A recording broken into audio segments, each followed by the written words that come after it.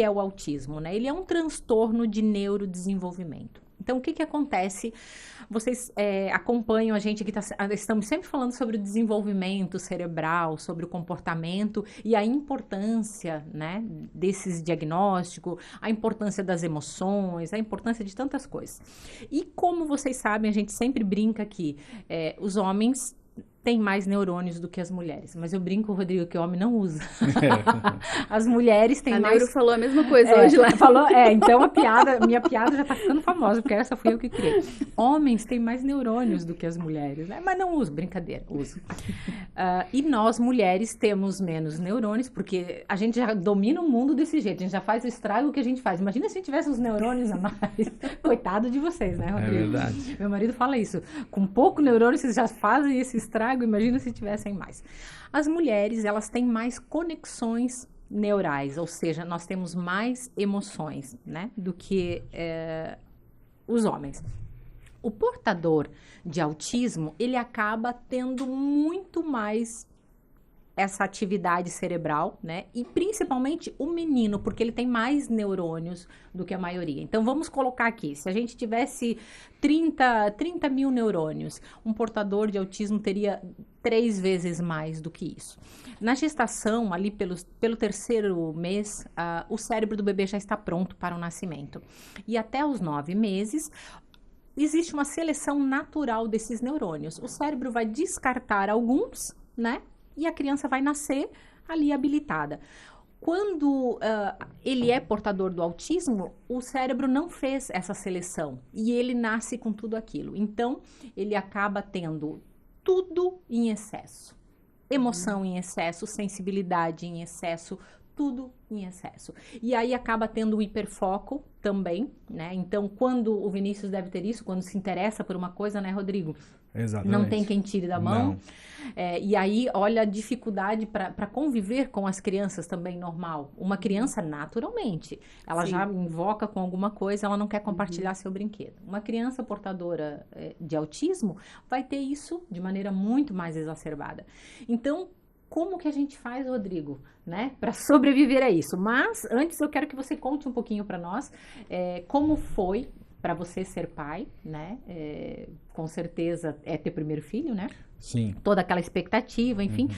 Como foi você ser pai do Vinícius e quando vocês perceberam, né?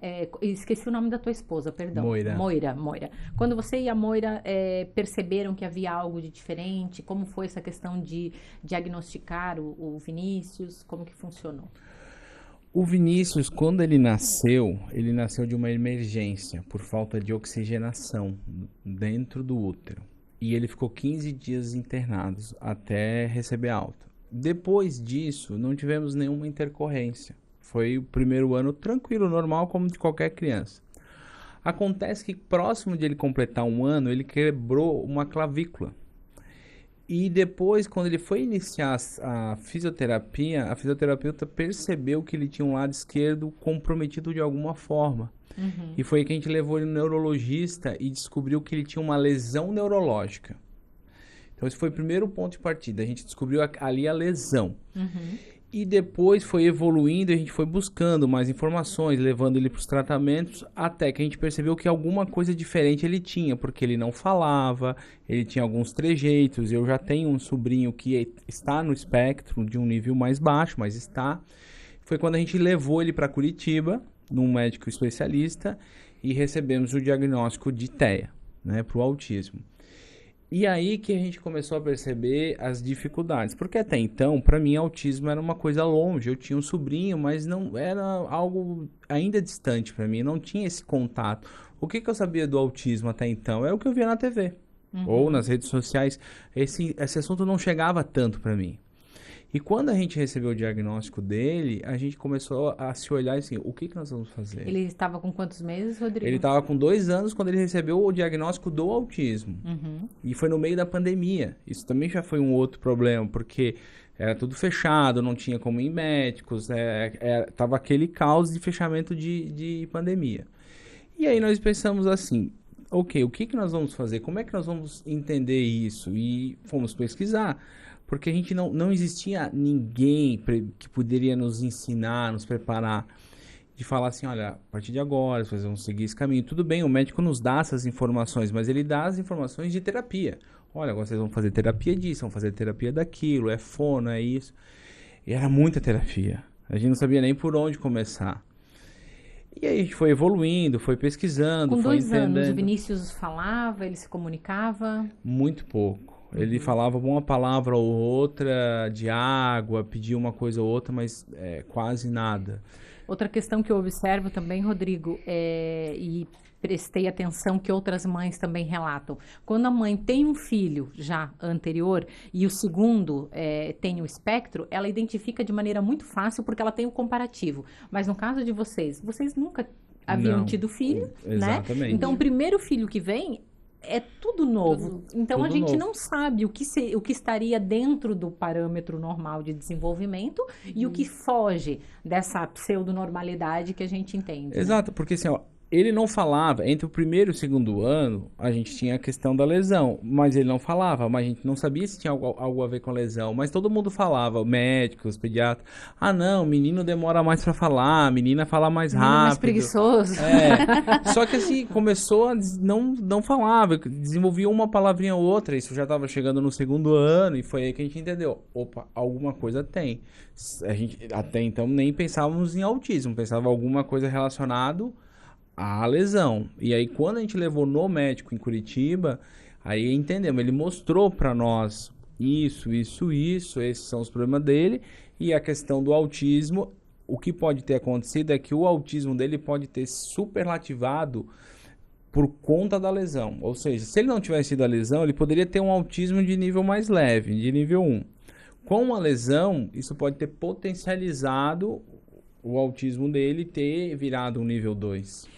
Outra questão também que a gente observa nos relatos, né, de pais de crianças portadoras do transtorno é isso. Às vezes o pai ou a mãe tem o espectro de forma leve, então já está no gene, porque a pessoa não vai se tornar autista com 18 anos, aos 16 anos. Ela nasce, né? Ele é um problema, uma alteração genética. Mas algumas intercorrências neurológicas ou físicas, e inclusive no parto, um parto a fórceps, pode acontecer isso, algum acidente logo na primeira infância vai exacerbar isso, essa lesão neurológica vai acontecer de maneira que vai potencializar e talvez aumentar esse nível ali, né, que já estava predisposto, Sim, já teria exatamente. porque já existe a alteração genética, mas ele acaba trazendo essa complicação, né? E Isso. quando que vocês começaram a perceber, porque no começo a gente não tem noção, graças a Deus, né, Rodrigo? Deus é sábio e as coisas vão acontecendo aos poucos. Você vai meio que se preparando, a gente nunca estará preparado para Sim. isso, mas a gente faz o que é necessário. Quando foi o momento mais difícil, assim, para vocês? A questão da interação com ele, né? Eu até falo assim, hoje, uma das coisas que eu digo bastante é a questão de falar com ele, de ouvir ele, né? A gente não tem isso com ele, a gente tem outras comunicações com ele. Mas assim, a gente percebe a questão um pouquinho, às vezes, do preconceito, da interação social, a questão dos cuidados do dia a dia dele. Então, assim, ele tem terapias todo dia. Ele chega no final do dia, ele tá cansado. Tem dias ele vai pra escolinha, ele estuda hoje. Mas a gente chega no final da manhã, ele já tá cansado. Então, a gente percebe que ele, com 5 anos de idade, ele faz muito mais atividades e terapia que um adulto qualquer. Então a gente percebe assim que ele perde essa chance de ser criança, de poder estar fazendo outras atividades com outros colegas de criança, porque ele tem que estar na terapia dia após dia. Ou se não é em casa, é na escola. E essas questões de sensibilidade, como tu falou no começo, o Vinícius ele não tem um problema, que é seletividade alimentar. Vinícius come. Que bom, porque esse é um problema bem comum em quem tem. Esse é a única coisa que ele não tem de problema. Pelo contrário, ele quer comer, se deixar ele come até o reboco das paredes, de tanto que ele quer comer. E ele come bem.